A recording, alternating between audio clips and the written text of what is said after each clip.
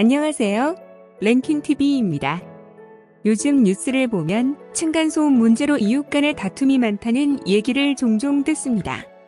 대부분이 다가구 주택에 모여 살고 있고 또한 교통이 편하고 일자리가 많은 곳을 찾아서 거주하다 보니 이런 뉴스들이 점점 더 많아지는 것 같은데요.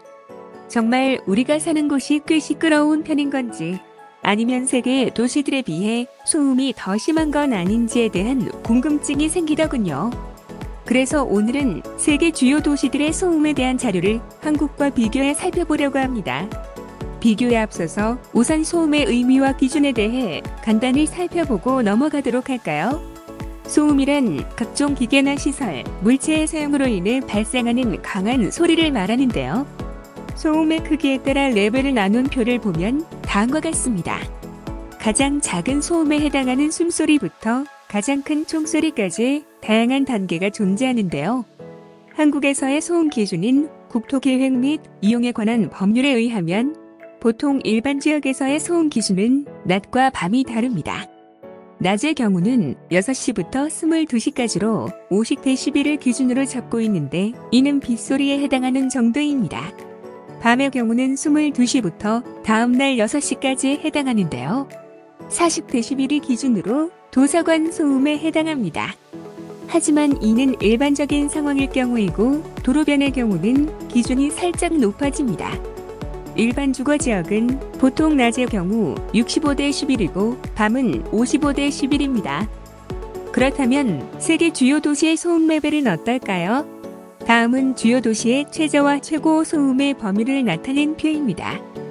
자세히 보면 베트남의 호치민, 태국의 방콕, 그리고 파키스탄의 이슬람아바드 등 동남아시아 주요 국가들의 소음이 비교적 큰 것으로 나타났습니다. 대체적으로 모든 도시가 대낮의 소음은 심할 때는 진공청소기 소음에 해당하는 70dB를 넘어서 교통소음을 직접 듣는 정도에 해당되는 상황이었습니다. 그리고 최고값과 최저값의 평균으로 보면 대략 50에서 70dB 사이에 모여있는 것으로 나타났습니다. 그렇다면 한국의 주요 도시 소음은 어떨까요? 다음은 주요 도시 도로변의 낮 기준 소음인데요. 대체로 60에서 70dB 사이에 모여 있습니다.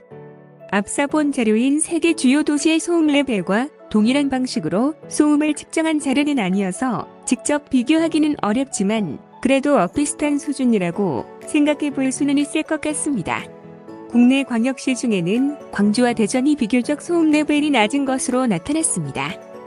다음은 밤 기준 소음 레벨인데요. 약간 낮아진 듯하지만 낮과 크게 차이가 나는 소음 수준은 아닌 듯합니다. 보시는 사진은 나사에서 찍은 한국의 야경 사진인데요. 밤낮이 없이 다니는 차들 때문에 당연한 현상이 아닐까 싶네요. 이상으로 한국과 세계의 주요 도시 소음 수준에 대해 알아봤습니다. 거의 모든 대도시들이 도로 옆에 붙어서 직접 소음을 듣는 수준인데요.